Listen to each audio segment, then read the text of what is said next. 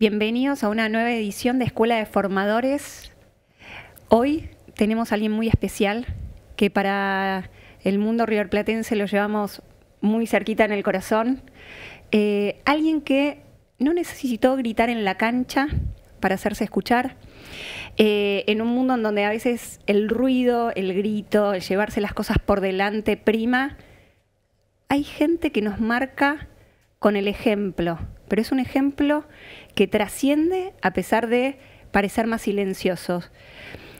Hoy estamos con Marcelo Barbero, así que gracias por estar con nosotros. Vamos a hacer una charla distendida. Bueno. Espero que te sientas cómodo. ¿Qué tal? Bueno, muchas gracias por la invitación. La verdad que es un verdadero honor formar parte de este ciclo y bueno, ojalá que podamos dejar algo, en definitiva, es lo que siempre queremos. Bueno, el honor es nuestro, así que vamos a arrancar acá hablando del otro lado, no de lo que te pregunten siempre, sino de esos comienzos tuyos en Porteña. ¿Cómo llegaste a ser arquero? Bien, es una pregunta que no tiene respuesta, pero en definitiva sí tengo el recuerdo de mi primer día, cuando mi hermano me acompañó a la cancha del club del pueblo. Soy de un pueblo muy pequeño en la provincia de Córdoba. Y como siempre digo, más ahora que me toca estar en una escuela de arqueros, el que elige el arco no tiene mucha respuesta para dar. Solamente va, se instala y realmente pasa por un sentimiento, nos gusta y de ahí no nos movemos, y a mí me pasó de esa manera. Me paré en el arco y nunca elegí otro puesto y feliz de haber estado ahí tantos años. ¿Qué sentías? Vos decís, vas ahí, es un sentimiento y te quedás en el arco. ¿Qué es ese sentimiento? Sí. ¿Qué era lo que sentías ahí? Bueno, para mí con el tiempo lo defino que era mi cable a tierra. Yo estar en el área, en un partido, en una práctica, era realmente olvidarme de todo. Disfrutaba, obviamente, las amarguras lógicas de cuando las cosas no salían en un puesto que todos lo ven como ingrato, pero para mí es el lugar a donde realmente puedo decir que flotaba, un término que se usa por ahí ahora. Ahora sí. Y muchos lo nombran como ingrato, pero también tiene un punto de vista diferente del partido. Sí, totalmente. Primero, desde que nos vestimos diferente. Segundo, no corremos y estamos observando todo.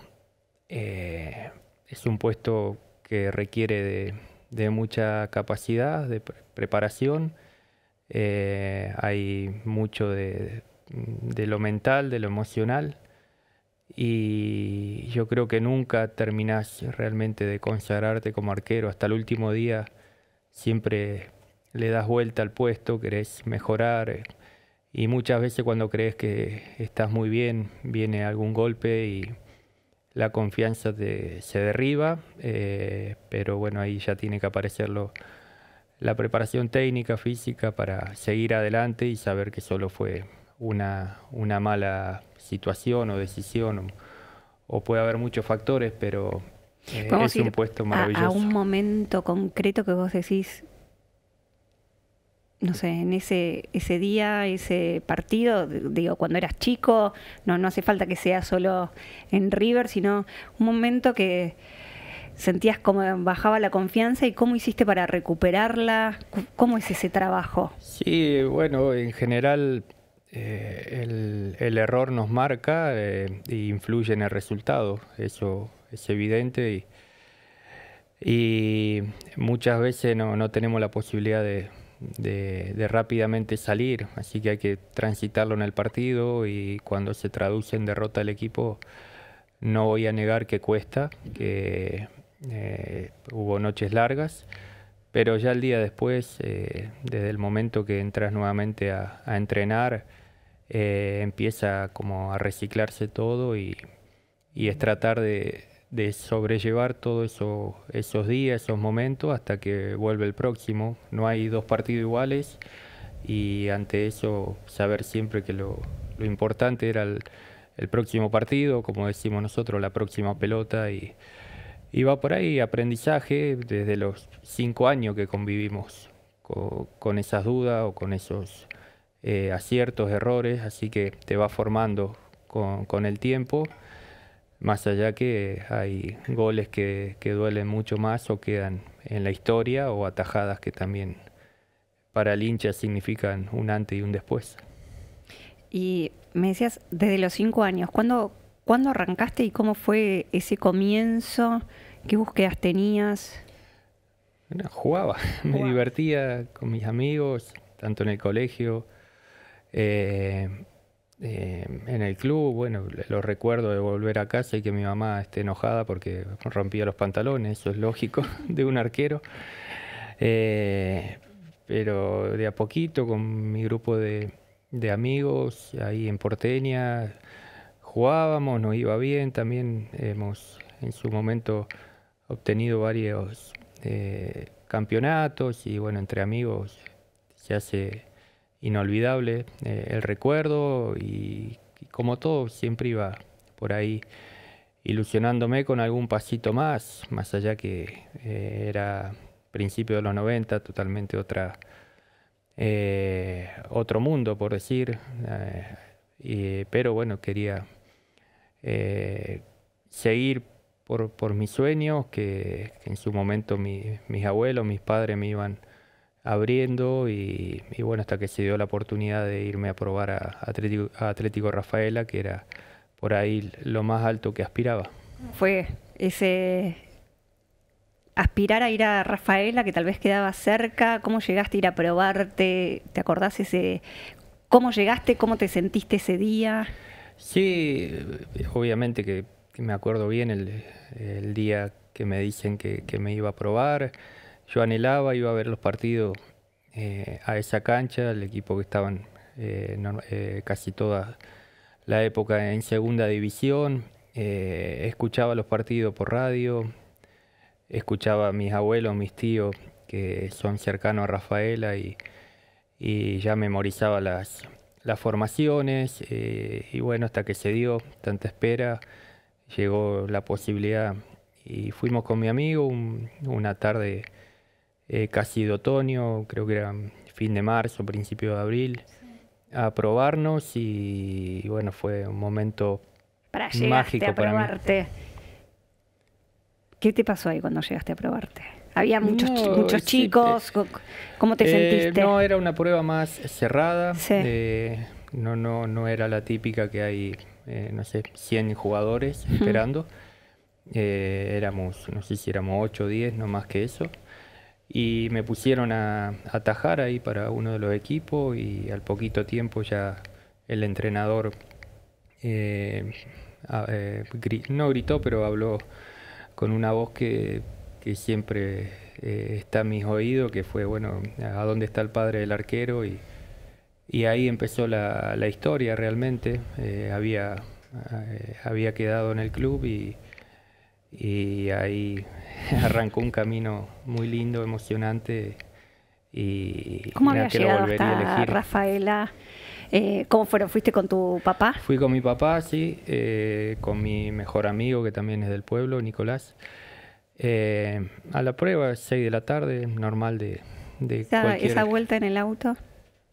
Alegría, es para un niño, adolescente ya tener esa posibilidad para mí era muchísimo y automáticamente también se te abre a otro mundo, otras cosas que analizar, que ver, pero bueno, siempre... ¿Cuántos años tenías? 14, 13 años a 14, sí. ¿Y ahí qué decís que se te abre otro mundo?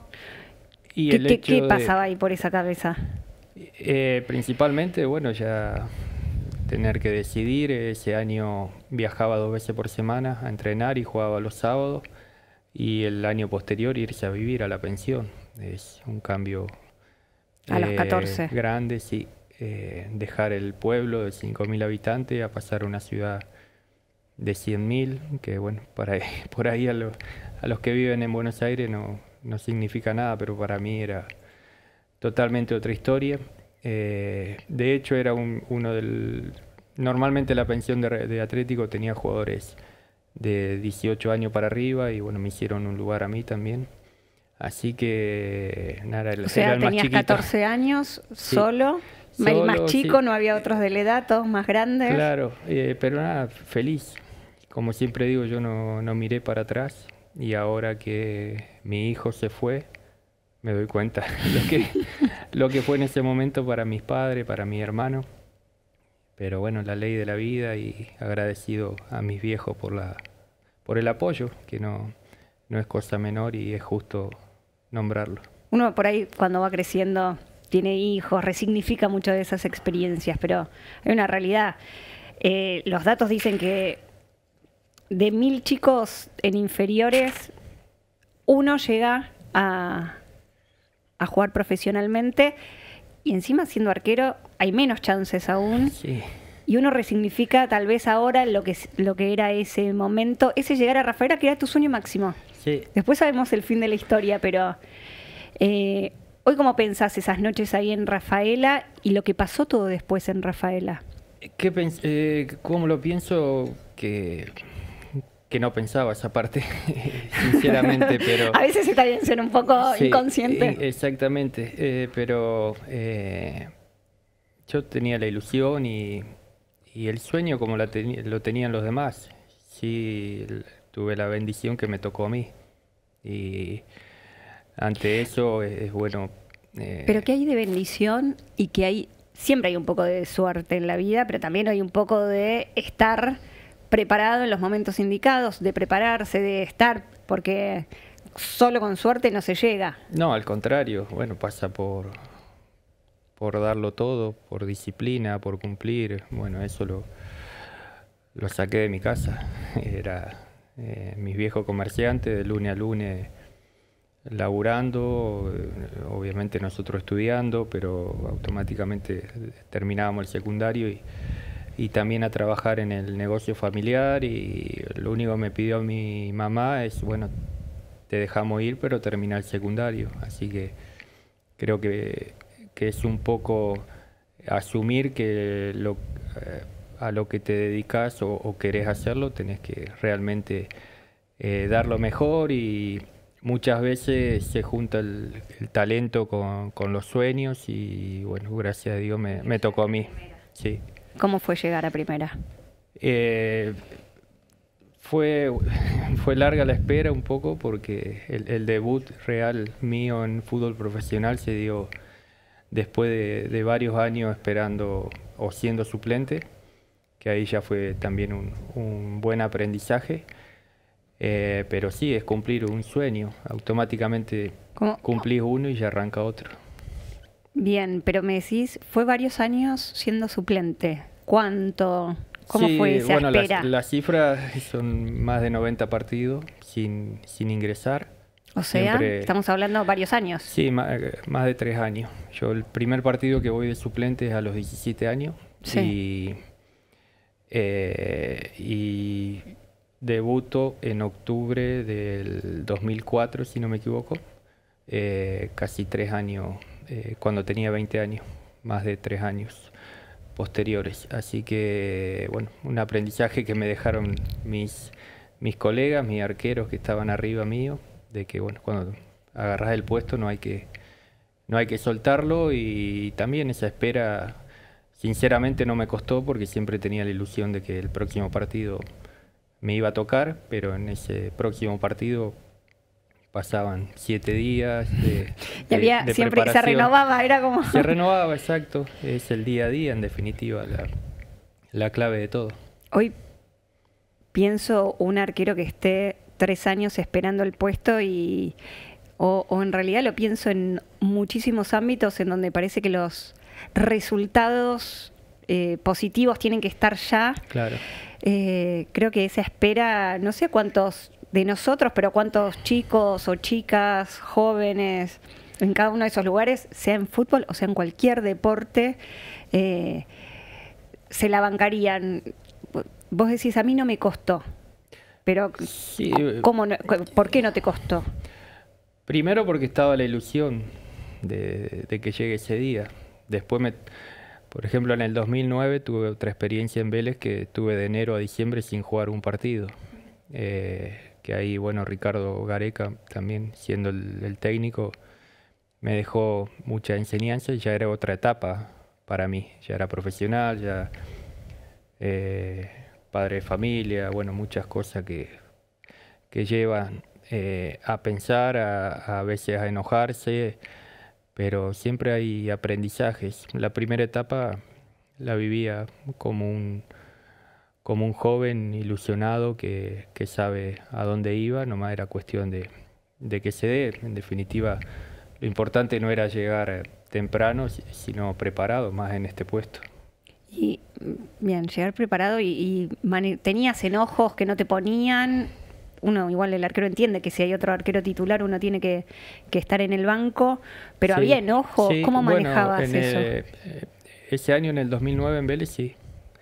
Me enojé varias veces hasta que Ricardo me dijo, hay, hay cosas que dependen de vos, otras no, así que no te pongas, decisión mía, pero que entrenes bien y te vayas tranquilo a tu casa, es tuya. Si venís al entrenamiento con 2 enojos, te podés ir por lo menos con uno, que es el que yo no te ponga. Así que iba y empecé a entrenar nuevamente como debía y al tiempo se dio vuelta el lugar y me tocó jugar. Y te tocó jugar y te tocó algún día llegar después a River. Sí, exacto. La verdad que si no soñaba lo de Rafael, imagínate.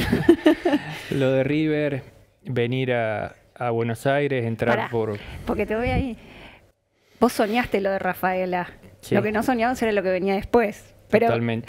Me parece que hay algo en esta conversación que al menos ya me voy dando cuenta, es soñaste lo de Rafaela, pero después soñabas en llegar al arco y en la medida que esa ilusión estaba ahí vigente, también podías tener como la paciencia, templanza que siempre vemos que te caracteriza para esperar el próximo escalón, el próximo paso. Sí, lo que es esperar y paciencia sí me caracteriza, no tengo problema, entiendo, me encantan los procesos, más allá que hay momentos que hay que soportar, la mayoría de las veces en silencio, pero sí iba viendo en cada escalón que subía, en cada categoría, en cada club o objetivos, se veía que había algo nuevo, por eso cada vez que cumplía un sueño como que veía que se abría otro. Y por lo menos futbolísticamente lo fui tomando de esa manera hasta llegar a lo máximo que fue llegar a River. Y ahí decíamos, llegaste a River y en algún momento también, a River en un momento muy especial de Sí. River, y te convertiste también o te fuiste transformando en un líder de ese equipo, en capitán. Sí, se fue dando. A ver, está todo el recuerdo a partir del 2014, Sí. pero bueno, yo llegué 2 años antes, en un momento de transformación del club, de cierto caos.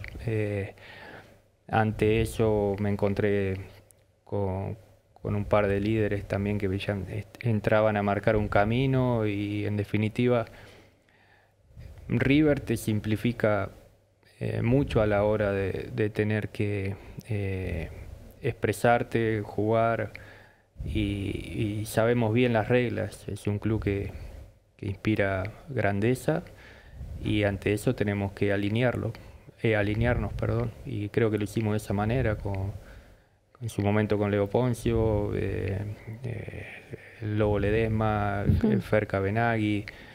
Bueno, no fue difícil esa parte y sí nos ayudó mucho el manejo de Ramón Díaz y después lo de Marcelo, lo de la dirigencia. Por eso te digo, es cuestión de encolumnarse atrás del escudo, que es lo más importante y está por encima de todo.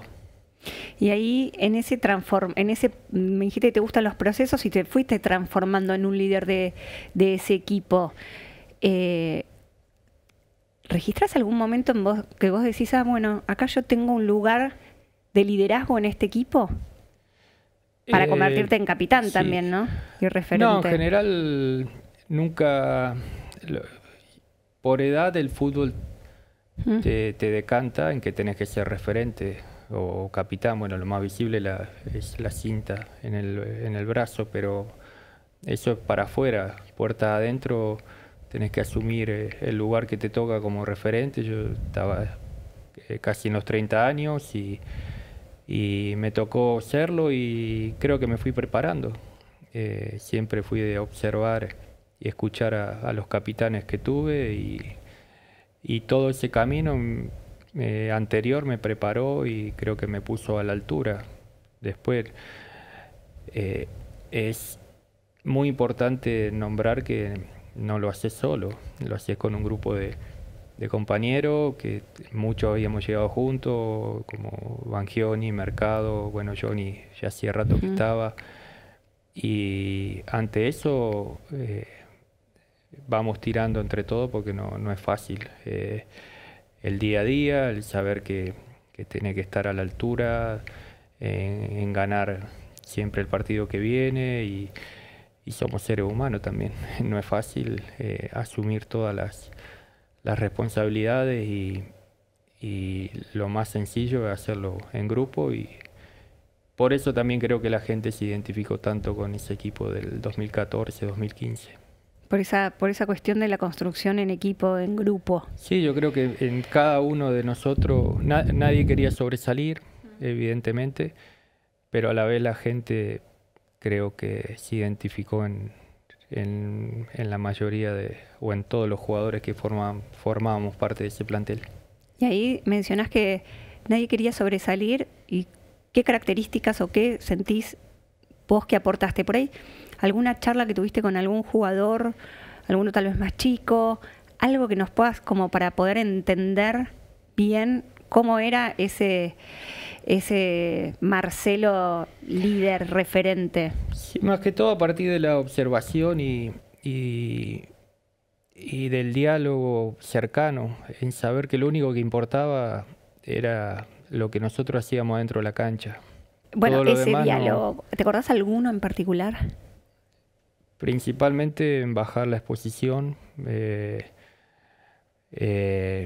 River convoca muchísima prensa y uno de los momentos más difíciles fue bajar toda esa exposición. Justo se dio con la llegada de la presidencia, de la presidencia de Rodolfo, perdón, del hecho de que llegue Marcelo y bueno, tomamos una decisión de que se iba a hablar mucho menos de lo que se acostumbraba y supimos más que todo con el apoyo de las personas que te nombré, en saber que reducir todo a lo que pasaba dentro de la cancha. Y creo que ahí fue un punto importante en evitar también que te evalúen por lo que decís, así que tratamos que realmente no se quemen energías en hechos que están afuera de la cancha y tanto lo bueno o lo malo sea evaluado por si entró o no la pelota, nada más. Después volvemos a que el club o el escudo o la grandeza de tantos años te lleva a tener una responsabilidad y en los momentos difíciles que nos tocaba quedar eliminado o diferentes circunstancias, ir a aceptar la derrota con altura y seguir. Y seguir porque siempre hay un próximo partido, un próximo campeonato. Exacto. Pero llega un momento que la vida del jugador, como jugador, tiene un tiempo y vos te ibas poniendo las metas a medida que ibas llegando. Y en algún momento se empieza a acercar esa última meta como jugador profesional. ¿Cómo lo empezaste a pensar? ¿Cómo fuiste a esa decisión de retirarte? Sí, uno ya va aceptando que los años pasan y también siempre fui agradecido de mi cuerpo porque nunca me falló. Siempre más allá que lo cuidé, pero no he tenido lesiones graves y en definitiva yo quería jugar y ya jugué mucho más de lo que yo imaginaba en mi pueblo, en Rafaela, más de 700 partidos, más de 20 años como profesional, más todos los años de inferiores, así que había cierto cansancio y desgaste, así que lo traté de tomar de manera natural, ya con una edad creo que alta para lo que es este tipo de competencia. Me fui preparando, fui pensando, más allá que una cosa es pensarlo, escuchar y otra cosa es vivirlo. Y bueno, fue ya hace un año que estoy en otra etapa. Y hubo un día que dijiste, bueno, sí, ya voy a retirarme. Sí. Sí, estábamos siempre hablando normalmente con mi señora. Y bueno, ya llegó el momento, nos encontró en Argentina, que era un poco lo que queríamos, para que el cambio no sea tan brusco y tampoco tantas vueltas. Hasta acá llegamos, empieza otra etapa y así fue, nada más. Lo anunciamos como se anuncia ahora, por redes sociales. Por redes sociales. Muy diferente a cuando arrancaste. Arranqué a jugar o bueno, con mi esposa ya hace casi 20 años estamos juntos, así que me acompañó toda la carrera y también sufrió todos los cambios y transformaciones. Y bueno, pero primero entonces hubo un anuncio íntimo, más interno en la familia, en ir preparándolo. Siempre estaba la incertidumbre del día en la después. mesa, mis hijos, y dale papi, ¿cuándo? Y no nos queremos mudar más, y que esto y lo otro, y bueno, cosas que vive la familia de cualquier deportista. Así que bueno, el primero a ellos, a mis padres, y después a los pocos días ya salió por todos lados. Y un día te retiraste, terminó tu último partido. Sí. ¿Y al otro día? Y el otro día al principio no te das cuenta, pensás que son vacaciones. Para terminar un mes, al segundo mes, que ya dijiste, Sí. bueno, esto ya no es vacaciones. Sí, empieza a costar, se terminó totalmente la rutina que traía desde los 14 años, porque uno desde que hace inferiores arranca los primeros días de enero y termina a mediados de diciembre, y es una vuelta que se repite, y cuando no está más no sabes a dónde estás parado, el día a día se hace largo. Sí. Pero bueno, he tenido buenas personas que me acompañan, y también la frialdad de haber escrito muchas cosas en un cuaderno, para cada vez que me agarraba un poco de ansiedad, por decir de alguna manera, bajar y entender el camino que me está tocando pasar. Bien, que ya es un diario personal. Algo así, sí, un regalo que me dio justamente mi señora, que me dijo, escribí todo lo que quieras. Y cuando vuelvo a Argentina lo encontré al cuaderno, y ahí está. Fui escribiendo antes de retirarme, y también con ayuda de profesionales. Y bueno, ahí está. Ahora estamos mejor. Vas poniendo en palabras, elaborando las ideas para las sensaciones. Sí, sensaciones o lo que quería. A ver, cuando uno se retira es porque, más allá de lo deportivo, es porque también está cansado y quiere vivir cosas que no me había tocado vivir. Compartir o bueno, entonces está bien, estaba escrito viajar, estar con los amigos, cuando ellos quieren, no cuando uno puede. Claro, por decirte, y así puedo enumerar muchas cosas. Pero bueno, bien. Pero ahí vamos. Tal vez hay jugadores que en su retiro después, como no vuelven, no pueden volver a armar una vida. Ahí hay muchos casos de suicidio, tanto de chicos jóvenes que quedaron libres o de jugadores cuando se retiran. Bueno, esa es una salida que encuentran tal vez para los que no pueden readaptarse o volver a un circuito de hábitos o de una nueva rutina. Lo que pasa es que a ver, no sé qué pasará en otros deportes, pero el fútbol tiene una exposición muy grande y mientras sos futbolista realmente como que estás viviendo en el aire, no te das cuenta de muchas cosas. Principalmente también de cómo te tratan, la idolatría, esto de la adrenalina cada fin de semana o cada 3 días, que también es raro, es difícil manejarlo, pero sí, sin duda que es un cambio grande. Lastimosamente han pasado cosas trágicas con colegas, compañeros,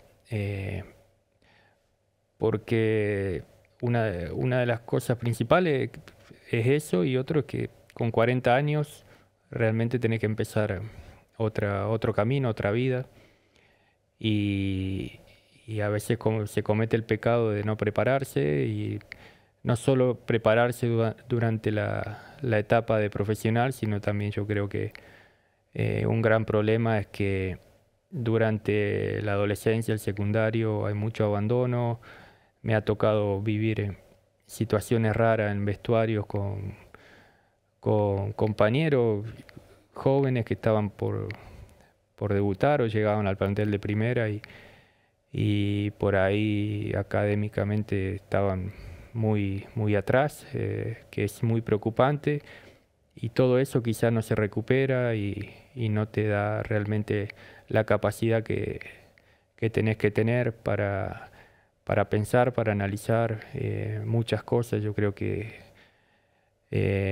deberíamos dar un paso adelante, por lo menos como país o en estas latitudes del mundo, y entender que todo lo que se aprende en el colegio es fundamental, y no dejarlo de lado como pasa muchas veces en los clubes, y solo se ve la formación deportiva, y es el error mayor que podemos tener.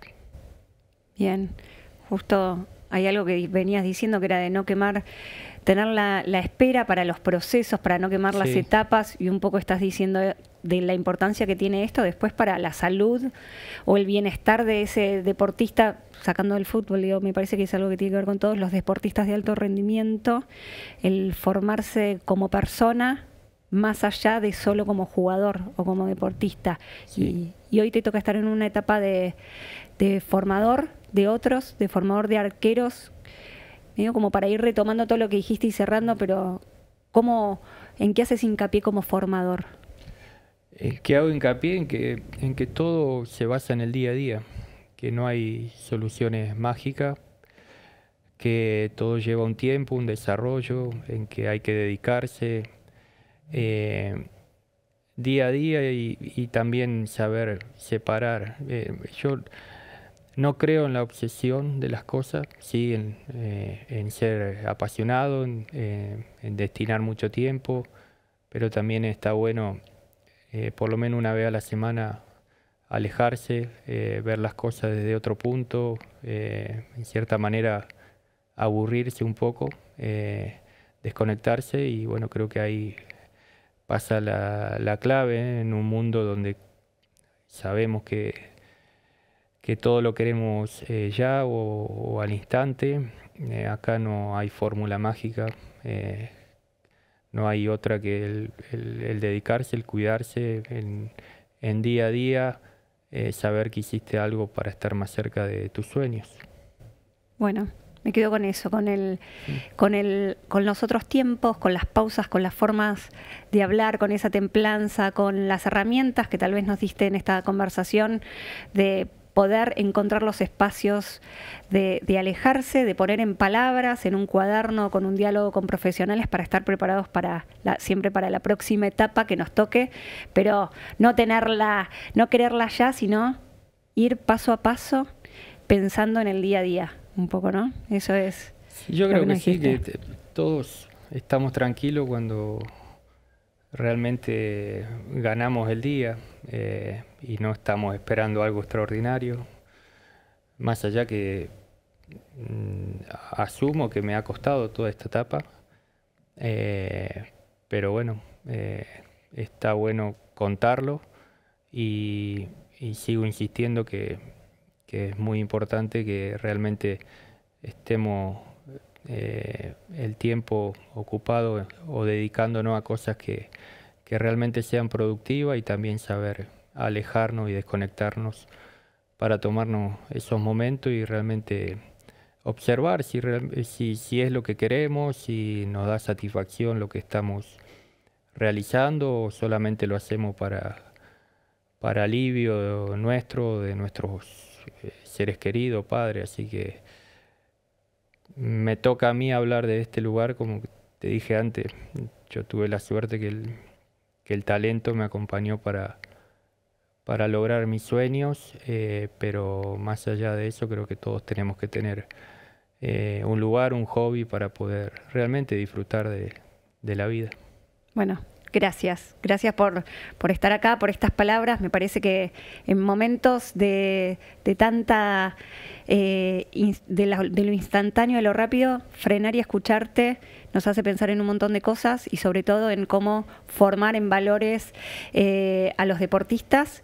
Y en la trayectoria de vida de un deportista está los inicios, los éxitos, los errores que mencionaste, cómo afrontar los errores y también ese día después, porque al fin y al cabo hay una persona detrás de ese deportista con un montón de valores, con un montón de características que te forman, y seguramente el deporte te dio un montón de características que llevarás a otras actividades, hobbies en esta nueva etapa de la vida y que te acompañarán también como padre o como esposo, como amigo, para afrontar lo que viene. Así que gracias por compartir esto. Desde ya nosotros en Fundación River, en River siempre bienvenido, es un placer tenerte. Y gracias por contarnos este otro lado, bueno, y no solo los éxitos, sino hoy nos focalizamos en la otra parte, que es lo que también nos interesa escuchar. Gracias. Bueno, por favor, gracias a ustedes por la posibilidad y bueno, ojalá que podamos seguir acompañando a los niños, a los jóvenes que son el futuro. Muchas gracias. A vos.